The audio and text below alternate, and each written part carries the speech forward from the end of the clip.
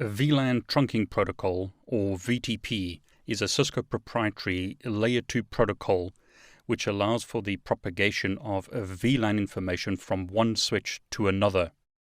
In a topology such as the following, without a VTP, you would need to connect to each switch individually to create VLANs. As an example, if router 1 and router 2 were going to be configured in VLAN 10, you would have to connect to each switch individually to add VLAN 10 to the VLAN database of that switch. If you had 100 switches, you would have to telnet or SSH or connect to the console of each of those 100 switches and manually add a VLAN 10.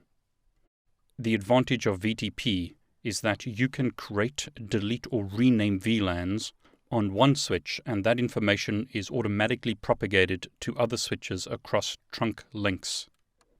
Notice the name, VLAN Trunking Protocol, or VTP. This protocol doesn't create trunk ports, but requires trunk links to send updates across. So if you create a VLAN, let's say VLAN 10 on switch 1, it will only be propagated across these links if they are trunk ports.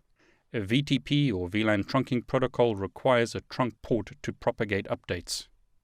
On the face of it, it sounds like VTP is excellent. It's going to save you a lot of time because you can create, delete, or rename VLANs on one switch and it's propagated to all other switches. However, in the real world, a lot of Cisco engineers will disable VTP. VTP has caused a lot of major problems for network engineers and has caused network meltdowns where one switch has obliterated or removed the VLANs from all switches in the network, essentially destroying communication across the network and bringing company networks to a halt. It's important that you follow a proper procedure when adding a new switch to a Layer 2 switched environment that's using VTP. VTP has the advantage that it allows you to propagate VLANs easily, but it can cause a lot of problems, so personally I would disable VTP. VTP also has other disadvantages. It does not put ports into VLANs. It only propagates VLAN information between the VLAN databases of switches. So you would still have to put these ports into the relevant VLAN on your switches. In addition, VTP only supports the standard range of VLANs. Now this is a real physical switch. It's a 3750 Cisco switch. And when I use the command show VLAN brief,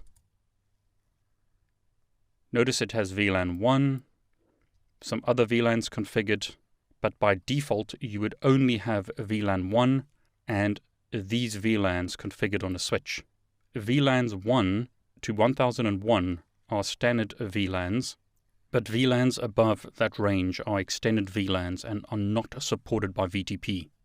So, VLAN 1 is a default VLAN. You can't remove that on a Cisco switch. VTP will advertise VLANs 2 to 1001, but not 1002 to 4094. So as an example, if we create a VLAN on the switch, we can create a VLAN in this range. If we configure VLAN 100, that VLAN can be propagated by VTP, but if we created a VLAN of 1500, that would not be propagated by VTP.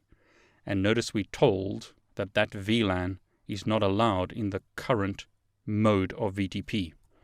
By default, a switch uses a VTP server mode, so that is the default operating mode. We would have to disable VTP by using what is called VTP transparent mode, and I'll discuss all those modes in a moment. But notice if we try and create a VLAN 1006, the switch doesn't allow that in the current VTP mode. So once again, show VLAN brief. These are VLANs that we don't configure. That is similar to VLAN 1. That is the default VLAN on Ethernet. These are default VLANs on Token Ring and FDDI, which we don't use anymore. VLANs above that range are extended VLANs. So once again, VLAN 1002, that would be allowed as that is a built-in VLAN, but notice 1006 is not supported by VTP.